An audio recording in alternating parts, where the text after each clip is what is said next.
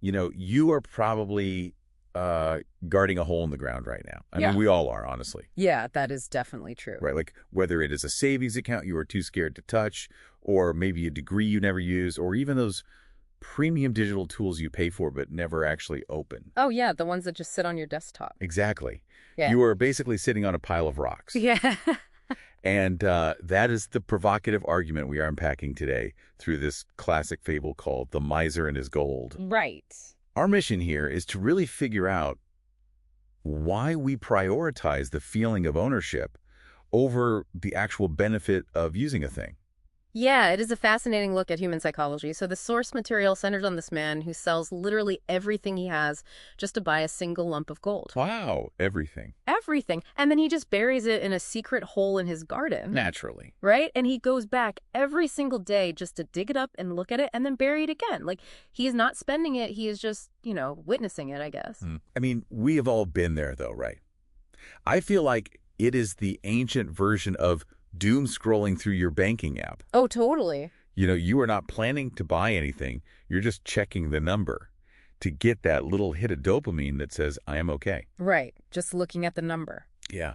But here is where it gets interesting, because the miser's little ritual, like his daily trips to the garden, actually becomes his undoing. Right, because someone notices. Yeah, a thief sees the pattern and realizes, hey, there is something valuable under that dirt, and just steals it overnight. And what is brilliant about that part is not just the theft itself, but how the miser reacts to it. Right. Because when he finds the hole empty, he is absolutely devastated. I mean, screaming, tearing his hair out. Oh, well. Yeah, but if you think about the actual behind his grief, it is purely psychological. How so? Well, physically, his life did not change at all, right? Between Tuesday, when the gold was there, and Wednesday, when it was gone, he was still living like a pauper both days. Okay, but wait, I have to push back on that a little bit. Sure. Because in a volatile world, isn't potential like the highest form of utility? What do you mean?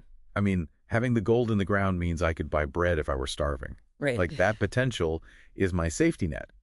So isn't the peace of mind a form of use in itself, even if the gold just stays buried forever? Well, that is the trap of the endowment effect right there. Okay. Evolutionarily, we are wired to overvalue what we already possess, even if it is just sitting stagnant. But the fable actually challenges that exactly. The passerby. Yeah. So a stranger hears the miser wailing, and when the miser explains that he would never actually think of spending the gold, the stranger does something crazy. Right, he just tosses a rock in. Exactly. He throws a large stone into the hole and says, cover up that stone because it is worth just as much to you as the treasure you lost. Man, that is such a brutal reality check. It really is. Because the stranger is basically saying if the utility is zero, then the value is zero. It is like having a $1,000 emergency fund that you are too terrified to use during an actual emergency. Right, which makes it a $0 fund technically. Exactly. You are just a temporary guard for a rock at that point. Yeah, and this is where we run into opportunity cost. By keeping that gold in a hole, the miser loses everything that gold could have been. Right, like comfort or an investment or charity. Exactly. If you never intend to use a resource, it effectively does not exist. It is basically the difference between a library that lends books and a warehouse that just stores paper. Oh, that is a good way to put it. One has a purpose and the other just takes up space. So if we apply this to the listener, it is not just about money either. I mean, think about digital hoarding. Oh, yeah, the endless bookmarks. Right.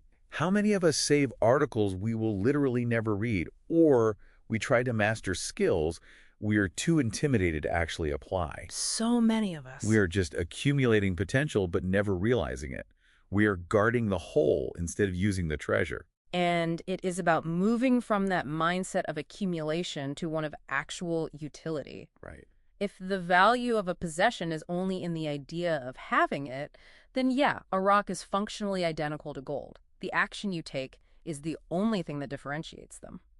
Yeah, we have seen how the miser's hoard was really just a hole full of rocks long before the thief ever arrived, simply because he refused to let the gold fulfill its purpose. Exactly. It is a reminder that wealth or talent or your time only truly counts when it is put into motion. Right. So it's really a call to audit your own secret gardens, Like, what are you protecting that isn't actually serving you? Yeah, that is the real question, and I will leave you with this. If you died tonight, would your gold have been anything more than a heavy secret? Wow. Right, because if the answer is no, you aren't actually wealthy. You're just a volunteer security guard for a very expensive rock. That is a great point. So as you go about your day, just look at what you are keeping under lock and key and ask yourself, at what point does your gold officially turn into a stone?